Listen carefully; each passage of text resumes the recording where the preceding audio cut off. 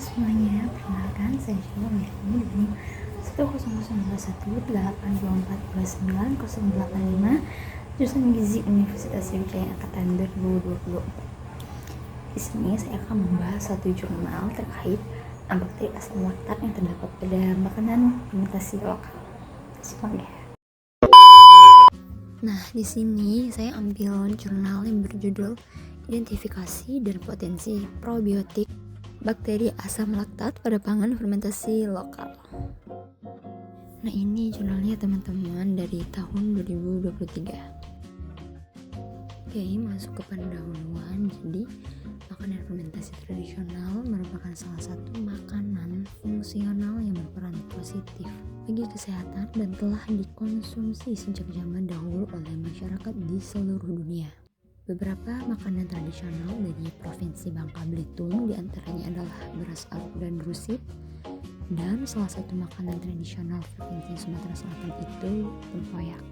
Nah, beras aruk ini terbuat dari ubi kayu, lalu tempoyak terbuat dari durian yang difermentasi dengan penambahan garam, dan rusip terbuat dari ikan teri yang difermentasi dengan penambahan gula aren.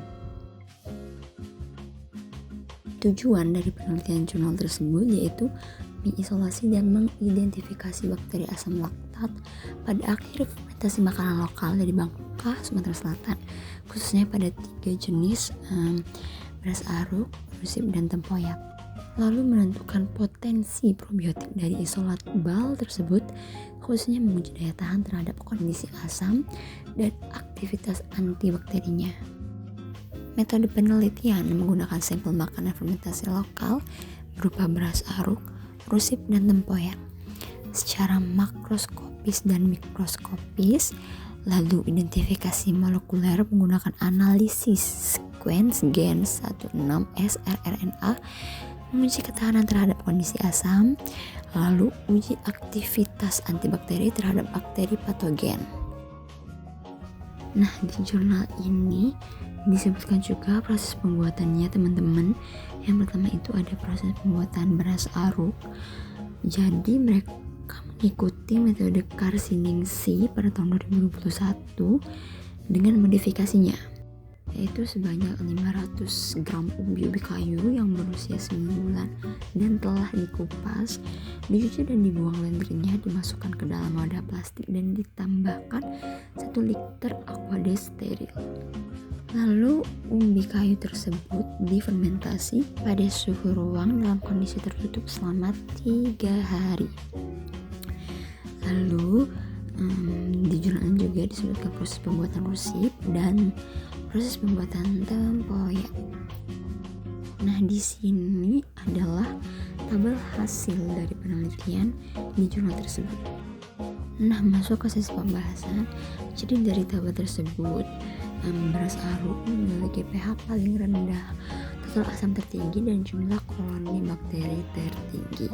Terus memiliki karakteristik pH yang lebih tinggi dengan total asam yang lebih rendah, dapat disebabkan pada rusip terbuat dari ikan yang kandungan utamanya adalah protein, sehingga pH yang dihasilkan lebih tinggi.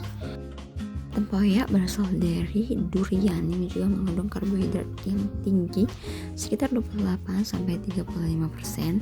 Namun dalam proses fermentasi durian menjadi tempoyak ditambahkan garam sebanyak 10% sehingga menjadi faktor pembatas bagi bakteri lain yang tumbuh.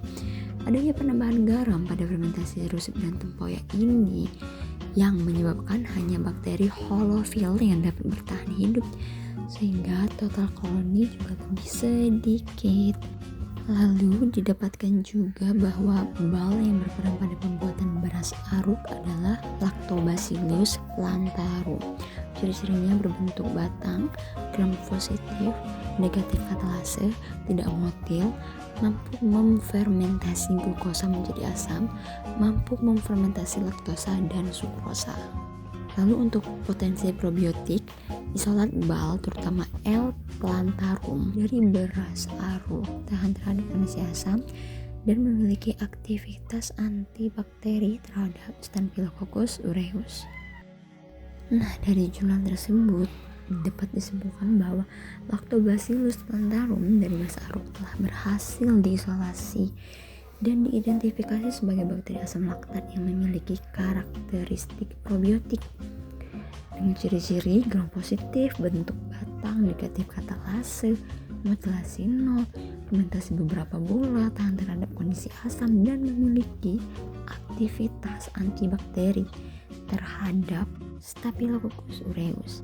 Bal pada pangan fermentasi lokal memiliki potensi sebagai sumber probiotik lokal, dan juga penelitian ini menunjukkan bahwa pangan fermentasi tradisional lokal bukan hanya sebagai pengawet dan peningkat rasa, tetapi juga sebagai sumber mikroba yang bermanfaat untuk kesehatan, yaitu probiotik.